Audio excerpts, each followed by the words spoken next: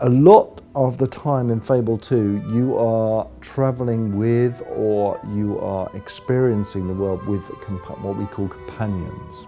Now, sometimes those companions are people that are really woven into the story, a huge amount, and there will be no spoilers here.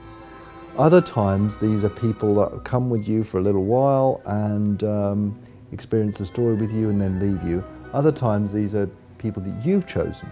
We completely allow you to drag along anyone you like or anyone you can convince to come with you in the Fable world. So if you like the look of a particularly nice woman, you can charm her and then bring her along and take her on an adventure with you, and she'll comment on it, and you know, she won't be tremendous help, but it's nice to have a, let's say, relaxation on the journey as you go adventuring. But the great things about these guys is that one of the things that we do in Fable 2 is we try never, or very, very rarely, to take any control away from you. While you're traveling, as you're traveling, people will be telling you stories. They'll be talking to you. They'll be telling you about the region you're in, or about what you're going to do, or telling you, giving you some back history. Now, you can always tell them to stop talking. You've got a whole suite of expressions to tell them to do that. They won't talk in the middle of a fight or anything like that. You know, they're reasonably sensible. But it does mean that, you know, them telling you that story means that we don't have to have these really ridiculously long, tedious cutscenes that no one wants to see. Yeah, the Xbox Live Arcade game is coming out before Fable. There are 3 of them. And they allow you, they're like gambling games, and allow you to play these gambling games, and any money, and all money you accumulate in those games is imported to Fable when you own Fable. If you already own Fable, it's all automatic. What you'll find is if you've got your 50,000 that you've earned in the Xbox Live Arcade game, you'll find that as you go through the story, you don't get it immediately you start the game, because you start the game as a little kid.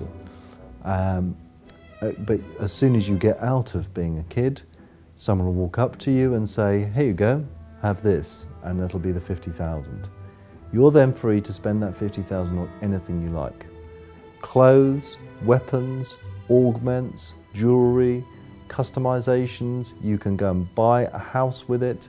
You can decorate that house and customize that house. You can then speculate and sell that house on, make more money on it. You can buy a shop with it. Those are the sort of things that you can spend that money on. We've done something in Fable 2, which is actually turns out to be one of the biggest features of Fable 2. And it's the most simplest one to describe. We've completely detached earning gold from doing quests. In Fable 1 and a lot of role-playing games, when you did a quest, you got gold, experience, and fame. While in Fable 2, you get experience and fame, but zip gold. You're going to have to go out and work for your gold.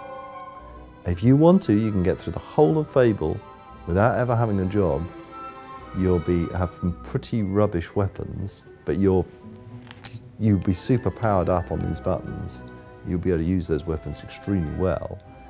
Whereas other people would have spent the time, and it does take time to earn this money, and spend it on the weapons. So a great weapon with great customization on here equals the balance of there. And all of this works. It works fantastically well. So when you say, I don't care if someone earns 100 million, that's how much if you sum everything up in the Fable world, I think it comes to about 100 million gold that you need to buy everything.